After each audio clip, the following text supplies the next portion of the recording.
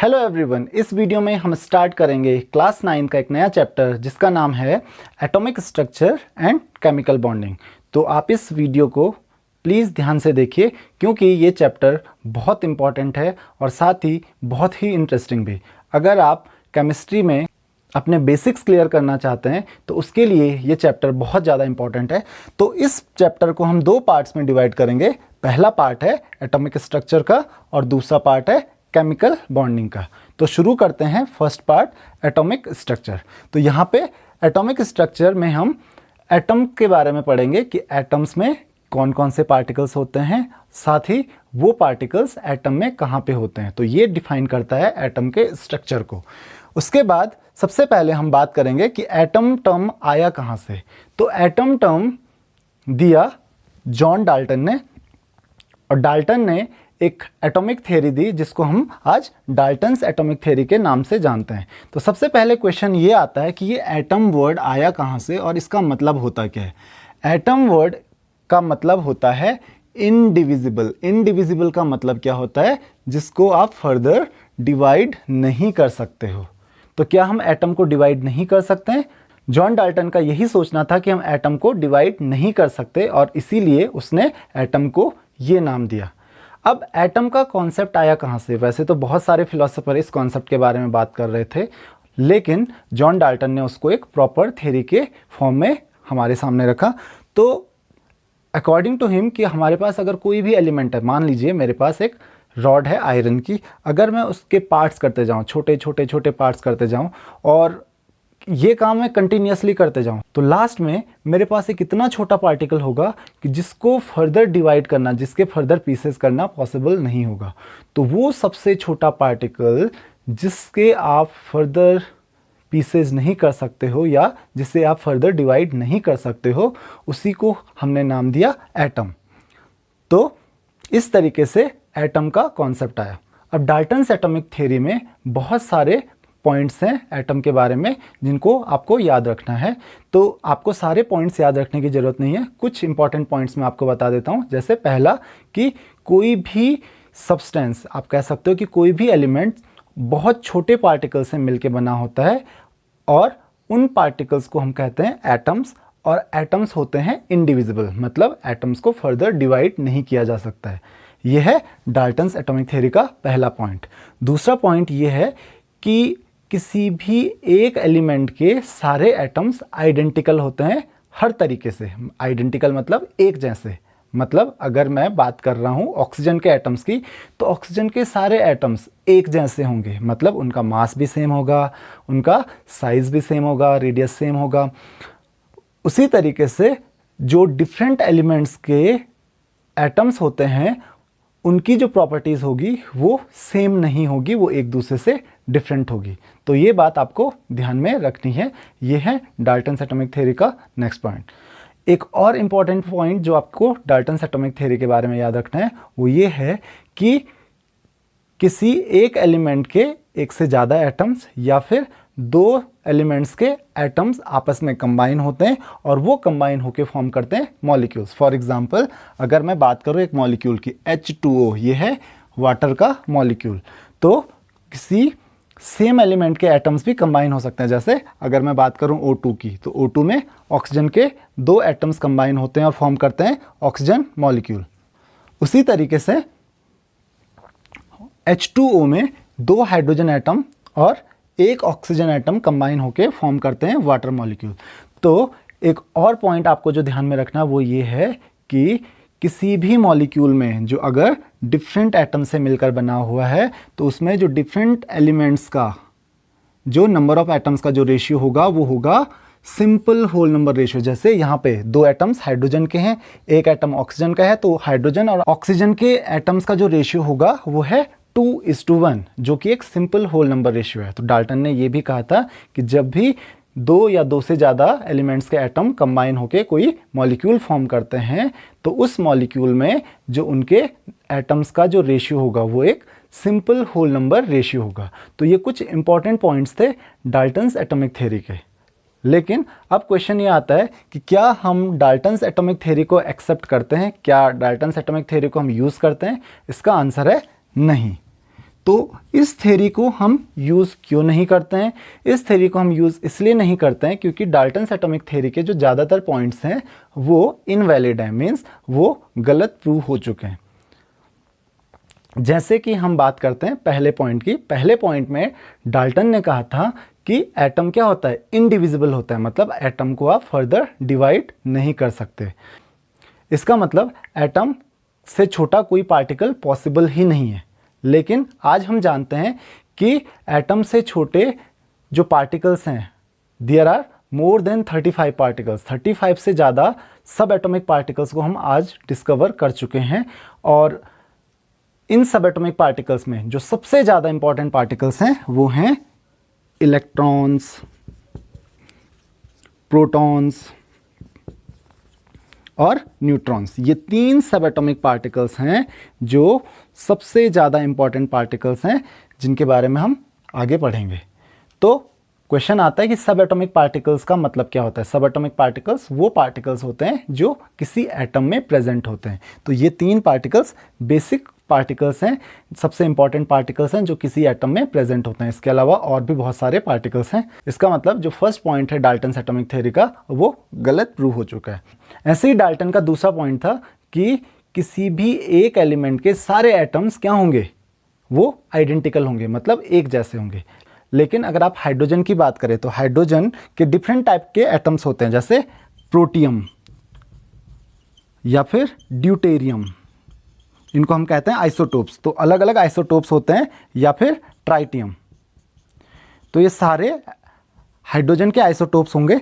लेकिन अगर आप ड्यूटेरियम की बात करें तो ड्यूटेरियम का जो मास होता है वो प्रोटियम के मास से डबल होता है, जबकि ट्राइटियम का मास प्रोटियम के मास से ट्रिपल होता है। लेकिन हैं तो ये सारे के सारे हाइड्रोजन के एटम्स, तो फिर इनके मास अलग अलग नहीं होने चाहिए थे, लेकिन ये तो होते हैं। तो इसका मतलब डाल्टन एटॉमिक थ्योरी का ये पॉइंट भी गलत हो गया।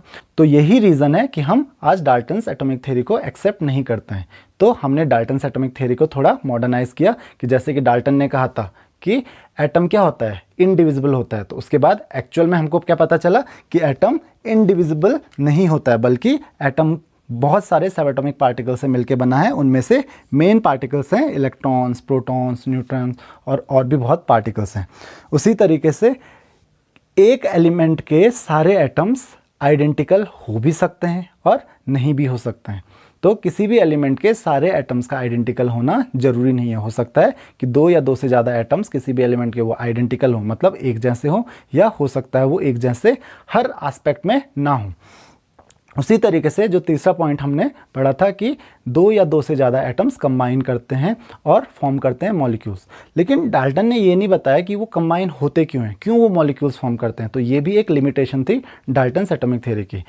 एक और पॉइंट था कि जब 2 या 2 से ज़्यादा एलिमेंट्स के एटम्स कंबाइन होते हैं कोई मॉलिक्यूल फॉर्म करने के लिए, तो वो सिंपल होल नंबर रेशियो में कंबाइन होते हैं। लेकिन अगर हम बात करें एक मॉलिक्यूल की, जैसे C12H22O11, तो यहाँ पे आप देख सकते हो कार्बन, हाइड्रोजन और ऑक्सीजन का जो रेशियो है वो है 12:22:11। तो ये होल नंबर रेशियो तो है, लेकिन ये सिंपल नहीं है। तो रेशियो ज़रूरी नहीं है कि सिंपल होल नंबर रेशियो ही हो, वो थोड़ा कॉम्प्लेक्स भी हो सकते हैं। तो होप कि आपको समझ में आ गया होगा कि हम डाल्टन्स एटॉमिक थ्योरी को आज क्यों नहीं एक्सेप्ट करते हैं, क्योंकि डाल्टन्स एटॉमिक थ्योरी के सारे पॉइंट्स सही नहीं है। अब हम बात करते हैं स्ट्रक्चर ऑफ एटम की। तो स्ट्रक्चर ऑफ एटम में मैंने आपको बताया कि हम ये पढ़ेंगे कि किसी भी एटम के कौन से सब एटॉमिक पार्टिकल्स हैं और वो सब एटॉमिक पार्टिकल्स एटम में कहाँ कहाँ प्रेजेंट हैं। तो बेसिकली हम 3 सब एटॉमिक पार्टिकल्स के बारे में पढ़ेंगे, इलेक्ट्रॉन्स, प्रोटॉन्स एंड न्यूट्रॉन्स। तो सबसे पहले हम ये देखते हैं कि इन सब एटॉमिक पार्टिकल्स की डिस्कवरी हुई कैसे हमको इन सब एटॉमिक पार्टिकल्स के बारे में पता चला। तो सबसे पहले बात करते हैं डिस्कवरी ऑफ इलेक्ट्रॉन की, क्योंकि इलेक्ट्रॉन की डिस्कवरी इन तीनों सब एटॉमिक पार्टिकल्स में से सबसे पहले हुई। तो इलेक्ट्रॉन्स की डिस्कवरी की जे थॉमसन ने, और ये डिस्कवरी हुई with the help of discharge tube experiment. तो जनरली क्लास 9th में डिस्चार्ज ट्यूब एक्सपेरिमेंट इतना इंपॉर्टेंट टॉपिक नहीं है, लेकिन हायर क्लासेस में आपको ये डिटेल में पढ़ना पड़ेगा। तो हम थोड़ा डिस्चार्ज ट्यूब एक्सपेरिमेंट को समझ लेते हैं कि ये एक्चुअल में है क्या। तो डिस्चार्ज ट्यूब एक्सपेरिमेंट में एक लॉन्ग ग्लास ट्यूब हम लोग लेते हैं जिसकी लेंथ होती है अराउंड 76 सेंटीमीटर। तो काफ़ी लंबी एक ग्लास ट्यूब लेते हैं, और इस ग्लास ट्यूब में जितनी भी एयर होगी उसको हम रिमूव कर देते हैं with the help of vacuum pump. Vacuum pump की हेल्प से हम उस एयर को रिमूव कर देंगे। तो इसकी वजह से डिस्चार्ज ट्यूब के अंदर का जो प्रेशर होगा वो काफ़ी ड्रॉप हो जाएगा and that is about 0.01 mm of Hg। तो ये प्रेशर काफ़ी कम हो जाता है। जनरली हमारा जो एटमॉस्फेरिक प्रेशर होता है वो होता है 760 mmHg। तो आप देख सकते हो कि ये कितना कम प्रेशर ग्लास ट्यूब के अंदर होता है, क्योंकि हम उसकी सारी एयर को रिमूव कर चुके हैं। उसके अलावा हमारे पास होती है एक बैटरी जो कि ग्लास ट्यूब के दोनों एंड से कनेक्टेड होती है। तो जिस एंड से बैटरी का पॉजिटिव टर्मिनल कनेक्टेड होता है इसको हम कहते हैं एनोड, और जिस एंड से बैटरी का नेगेटिव टर्मिनल कनेक्टेड होता है वो होता है कैथोड। और एनोड के एंड पे हम एक फ्लोरेसेंट कोटिंग यूज़ करते हैं, जैसे जिंक सल्फाइड। जिंक सल्फाइड एक सब्सटेंस है जो कि ग्लो करता है जब भी कोई स्मॉल पार्टिकल्स इस पे हिट करते हैं। फ्लोरेसेंट सब्सटेंसेस वो सब्सटेंसेस होते हैं जो ग्लो करते हैं जब भी कोई छोटे पार्टिकल्स उन पे हिट करते हैं। तो अब इस एक्सपेरिमेंट की हेल्प से हमको कैसे इलेक्ट्रॉन्स के बारे में पता चला। तो सबसे पहले एक साइंटिस्ट थे विलियम क्रूक, उन्होंने एक रेज के बारे में पता किया जिनको हम कहते हैं कैथोड रेज। तो जब हमने बहुत high voltage with the help of battery apply किया अक्रॉस द डिस्चार्ज ट्यूब, तो हमने देखा कि एनोड पे ग्लो हो रहा है। वो किसकी वजह से? जिंक सल्फाइड कोटिंग की वजह से, फ्लोरेसेंट कोटिंग की वजह से। तो आपको पता है कि ये ग्लो तभी करेगा जब उस पर कोई चीज़ स्ट्राइक कर रही हो। तो इसका मतलब कोई चीज़ है जो कैथोड से एनोड की तरफ जा रही है और जिंक सल्फाइड कोटिंग पे स्ट्राइक कर रही है। तो हमने इनको एज्यूम किया कि ये कुछ रेज हैं जो कैथोड से एनोड की तरफ जा रही हैं। तो क्योंकि ये रेज कैथोड से आ रही हैं तो इनको नाम दिया गया कैथोड रेज। अब जे थॉमसन ने बहुत सारे एक्सपेरिमेंट्स की हेल्प से इन कैथोड रेज के बारे में और इन्फॉर्मेशंस का पता किया, जैसे कि इन कैथोड रेज में कुछ छोटे पार्टिकल्स होते हैं और उन पार्टिकल्स को जे थॉमसन ने नाम दिया इलेक्ट्रॉन्स। तो इस तरीके से इलेक्ट्रॉन्स की डिस्कवरी हुई। जे थॉमसन ने इलेक्ट्रॉन्स के बारे में और भी चीज़ों का पता किया और उनमें से जो सबसे इंपॉर्टेंट चीज़ें हैं वो है मास ऑफ इलेक्ट्रॉन्स। तो आपको याद रखना है मास ऑफ इलेक्ट्रॉन जो होता है, एक इलेक्ट्रॉन का जो मास होता है दैट इज़ 9.1 इंटू 10⁻³ kg। और अगर आप ग्राम में बोलो तो 9.1 इंटू 10⁻28 ग्राम।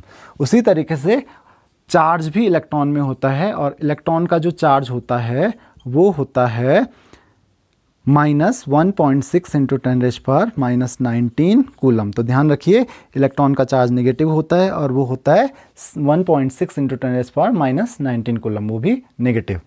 अब आपको ध्यान में ये रखना है कि इलेक्ट्रॉन की डिस्कवरी की जे थॉमसन ने। इलेक्ट्रॉन का जो मास होता है वो होता है 9.1 इंटू 10⁻31 kg और इलेक्ट्रॉन का जो चार्ज होता है वो होता है -1.6 इंटू 10⁻19 कूलम।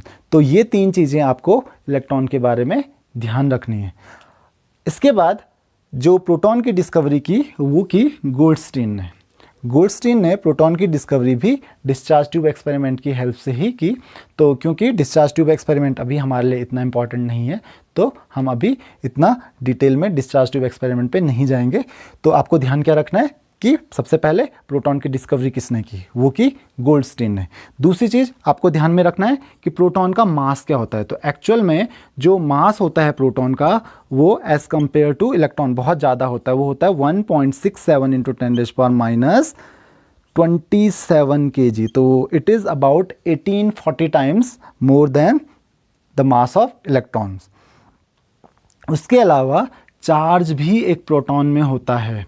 तो प्रोटॉन का जो चार्ज होता है वो बिल्कुल इक्वल होता है चार्ज ऑफ इलेक्ट्रॉन के, दैट इज 1.6 इंटू 10⁻⁻19 कूलम।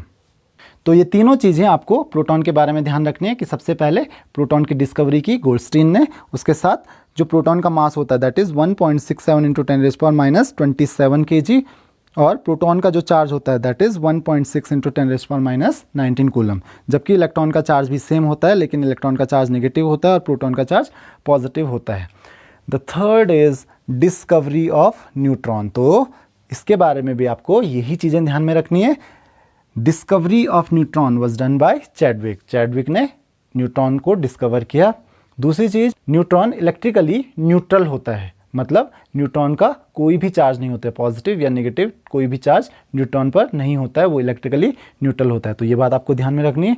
और तीसरी बात आपको जो ध्यान में रखनी है कि जो मास होता है न्यूट्रॉन का, that is slightly greater than the mass of proton. तो वो लगभग प्रोटॉन के मास के ही इक्वल होता है, थोड़ा सा ज़्यादा होता है, तो इतना डिफरेंस आप नेग्लेक्ट कर सकते हो। तो जो मास होता है न्यूट्रॉन का वो होता है 1.67 into 10⁻⁻27 kg, that is equal to mass of proton.